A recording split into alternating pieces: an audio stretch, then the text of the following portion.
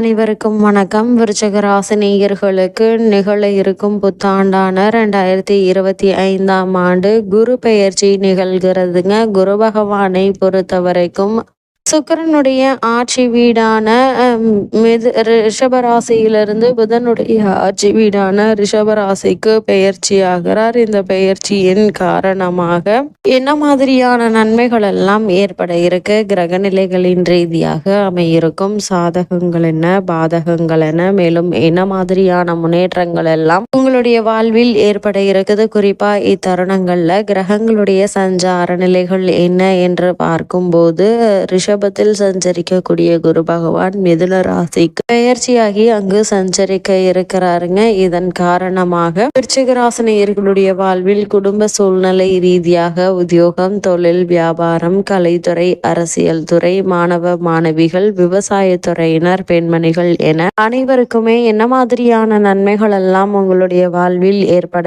இருக்கு என்பது குறித்தான முழுமையான பதிவு தான் இந்த வீடியோல நம்ம விரிவா பார்க்க போகிறோம். அதற்கு முன்னாடி குரு பகவானை பற்றி சற்று விரிவாக தெரிந்து கொள்வோம். குரு பகவானை பொறுத்த வரைக்கும் பொதுவாக ஜோதிட சாஸ்திரத்தின்படியும் ஆன்மீக ரீதியாகவும் குரு பகவான் ஞானத்திற்கு அதிபதியாக கருதப்படுகிறார். திருமணம் போன்றவை தடையின்றி நடக்க, நல்ல வேலை கிடைக்க, உயர்கல்வி பெற என வாழ்வில் முக்கிய நிகழ்வுகளுக்கு குருவினுடைய அருள் மிக மிக முக்கியங்க. இதனை குரு பார்க்க கோடி நன்மை என்பார்கள். குரு பகவானை நாம் சென்று தரிசிப்பது கோடி நன்மைகளையும் புண்ணியங்களையும் தருமா, அல்லது குருவினுடைய பார்வை நம் மீது விழுவதால் கோடி நன்மைகள் கிடைக்குமா என்று பார்க்கும்போது வாழ்வில் முன்னேற்றம், பலவிதமான நன்மைகள் பெறுவதற்கு குருவினுடைய ஆசை மிக மிக அவசியமாகுங்க. குருவினுடைய பார்வை இருந்தால் எப்படிப்பட்ட பிரச்சனையாக இருந்தாலும் அதிலிருந்து உங்களால் மீண்டு வர முடியும் என்பது தாங்க ஐதீகம். அந்த வகையில ஆன்மீகத்தில் 2 பார்வைகளுக்கு மட்டுமே கோடி நன்மைகள் கிடைக்கும் என்று குறிப்பிடப்படுகிறது. ஒன்று குரு பார்வை, மற்றொன்று கோபுர தரிசனம். இதில் குருவினுடைய அருள் வாழ்க்கைக்கு எந்த அளவிற்கு முக்கியம் என்பதற்கு உதாரணமாக ஒரு கதையும் சொல்லப்படுவதுண்டு. அதாவது ஜோதிட சாஸ்திரத்தின் குருவான பிரகஸ்பதியிடம் தெய்வீக தன்மைகள், சாஸ்திரங்கள் பற்றி அறிந்து கொள்வதற்காக சந்திர பகவான் சென்றார். குரு பகவானும் தனக்கு தெரிந்த அனைத்து சாஸ்திரங்களையும் சந்திரனுக்கு கற்றுக் கொடுத்தார். அனைத்து சாஸ்திரங்களையும் கற்றுக்கொண்ட சந்திரனுக்கு தனக்கு தான் அனைத்தும் தெரியும், தானே அனைத்தையும் தெரிந்தவன் என்ற ஆணவம் ஏற்படுகிறது. சந்திரனின் ஆணவத்தை அடக்க வேண்டும் என குரு பகவான் முடிவு செய்கிறார். இதனால் சந்திரனை அழைத்து பூமியில் தற்போது பிறந்த குழந்தையினுடைய ஜாதகத்தை கணித்து சொல்லும்படி கூறுகிறார். குரு சந்திரனும் அந்த குழந்தையினுடைய ஜாதக கணக்குகளை ஆராய்ந்து எழுதினார். அந்த குழந்தைக்கு ஒரு வயது நிறைவடைந்ததும் பாம்பு கடித்து அந்த குழந்தை உயிரிழந்து விடும் என்பதையும் கணித்து சொன்னார். சந்திரன் கணித்தபடி அந்த குழந்தைக்கு ஒரு வயது முடிவதற்கு சில நிமிடங்கள் மட்டுமே மீதம் இருந்தது. அந்த சமயத்தில் சந்திரனை அழைத்து கொண்டு வான வீதியில் உலா சென்றார் குரு பகவான். அந்த குழந்தைக்கு என்ன நடக்க போகிறது என்பதை இருவரும் கவனித்து கொண்டிருந்தனர். சந்திரன் கணித்தபடி அந்த குழந்தை படுத்திருந்த தொட்டில் சங்கிலியின் மேலிருந்து ஒரு பாம்பு வளைந்து நெளிந்து குழந்தையை நோக்கி வந்து கொண்டிருந்தது. தான் கணித்தது சரியாக நடக்கிறது என்ற இருமாப்புடன் குரு பகவானை பார்த்து சிரித்தார் சந்திரன். ஆனால் குரு பகவான் அந்த குழந்தையே பார்த்து கொண்டிருந்தார். தன்னை நோக்கி ஏதோ ஒன்று பளபளப்பாக வருவதை பார்த்த குழந்தை அதை பிடித்து விளையாட முயற்சித்து உற்சாகத்தில் கை கால்களை வேகமாக அசைக்க துவங்கியது. இதனால் தொட்டில் வேகமாக ஆடத் துவங்கியது. குழந்தையை நோக்கி வந்த பாம்பின் தலை எதிர்பாராத விதமாக தொட்டில் சங்கிலியின் ஒரு துளைக்குள் மாட்டிக்கொண்டது.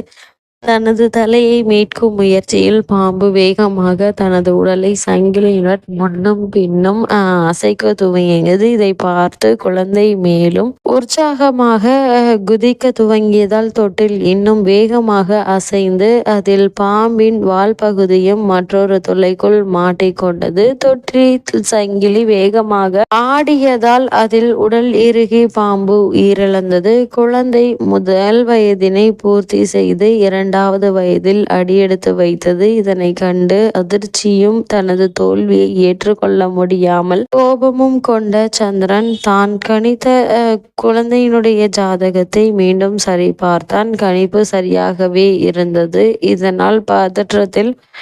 இதனால் பதற்றத்தில் ஜாதகத்தில் குரு பார்வை கூட இல்லையே, அப்புறம் எப்படி குழந்தை உயிர் பிழைத்தது என குரு பகவானிடமே கேட்டார். இதற்கு புன்னகையுடன் அமைதியாக பதிலளித்த குரு பகவான், ஜாதகத்தில் குரு பார்வை இல்லை என்றால் என்ன? அதுதான் நான் நேரிலேயே வந்து எனது முழு பார்வையையும் குழந்தை மீது செலுத்தி கொண்டிருந்தேனே, அதனால்தான் இது நேர்ந்தது. உனது ஜாதக கணிப்பு தவறு இல்லை, ஆனால் அதனால் வந்த ஆணவம்தான் தவறு என சந்திரனுக்கு அவரின் தவறினை எடுத்து கூறி உணர்த்தினார் குரு பகவான். தனது தவறை உணர்ந்த சந்திரனும் குருவினுடைய பார்வைக்கு இருக்கும் மகிமையை பற்றி புரிந்து கொண்டார். இது நவகிரகங்களின் ஒருவரான குரு பகவானுடைய அருளாக மட்டுமல்ல, தான் கற்ற கல்வியால் ஆணவத்துடன் கற்றுக் கொடுத்த ஆசானிடமே ஆணவத்துடன் நடந்து கொள்ளக்கூடாது என்பதை உணர்த்துவதற்காகவும் சொல்லப்பட்ட ஒரு கதையாக இருக்கிறது. குரு இருக்கும் இடத்தை விட அவரது பார்வைப்படும் இடங்களுக்கு அதிகப்படியான பலன்கள் கிடைக்கும். அதுபோல்தான் ஆசானினுடைய ஆசியும் வாழ்க்கையில் அனைத்து விதமான நன்மைகளையும் பெறுவதற்கு மிக அவசியமான ஒன்று. இதனால் தான் குரு பார்க்க கோடி நன்மை என்பார்கள். இப்படிப்பட்ட குரு பகவானுடைய பார்வையின் காரணமாக விருச்சிக ராசினியர்களுடைய வாழ்வில் என்ன மாதிரியான நன்மைகள் எல்லாம் ஏற்பட இருக்கு என்று பார்க்கும்போது, இந்த விருச்சிக ராசிக்காரர்களை பொறுத்த வரைக்கும் உங்களுடைய ஜென்ம ராசிப்படி 7ஆம் வீட்டில் குரு பகவான் தற்போது சஞ்சரிக்கிறாருங்க.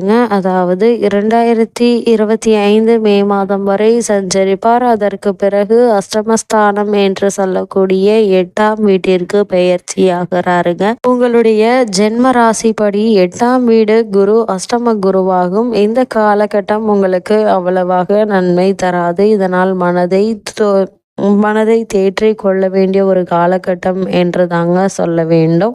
ஏற்கனவே நல்ல விதமாக செய்து கொண்டிருக்கும் விஷயத்தில் கவனம் செலுத்துங்க. புதிய முயற்சிகளை இந்த காலகட்டத்தில் நீங்கள் செய்ய வேண்டாங்க. நீங்கள் உண்டு, உங்களுடைய வேலை உண்டு என்று பொறுமையாகவும் நிதானமாகவும் சூழ்நிலையை கையாள்வது மிக மிக அவசியங்க. புதிய முயற்சிகளை இந்த காலகட்டத்தில் செய்ய வேண்டாங்க. அடுத்த காலகட்டத்தில், அதாவது அடுத்த 2 வருடம் நீங்கள் கவனமாக இருக்க வேண்டுங்க. ஏனால் 2026 குரு பெயர்ச்சியும் உங்களுக்கு நன்மை தராதுங்க. ஓரளவு தான் நன்மை தரும். ஏனென்றால் உங்களுடைய ஜென்ம ராசிக்கு 9ஆம் வீடு பாதகஸ்தானம் ஆகுங்க. இது நன்மை தீமை கலந்து தரக்கூடிய ஒரு இடம் என்பதால 2 வருடங்களுக்கு நீங்கள் அதிக கவனத்தோடும் எச்சரிக்கையாகவும் இருக்க வேண்டிய ஒரு தருணமா அமைஞ்சிருக்குதுங்க. அதே போல ஜென்ம ராசிக்கு 9ஆம் வீடு பாதகஸ்தானம் ஆகுங்க. இது நன்மை தீமை கலந்து தரும். எனவே தான் 2 வருடங்களுக்கு கவனமாக இருங்க என்பதை கிரக நிலைகள் மீண்டும் மீண்டும் அறிவுறுத்துது. அதே போல உங்களுடைய சுய ஜாதகத்தில் தசாபுக்திகள் நன்றாக இருந்தால் சமாளித்து விடுங்க. கடன் கொடுக்காதீர்கள். யாரிடமும் கடனும் வாங்க வேண்டாங்க.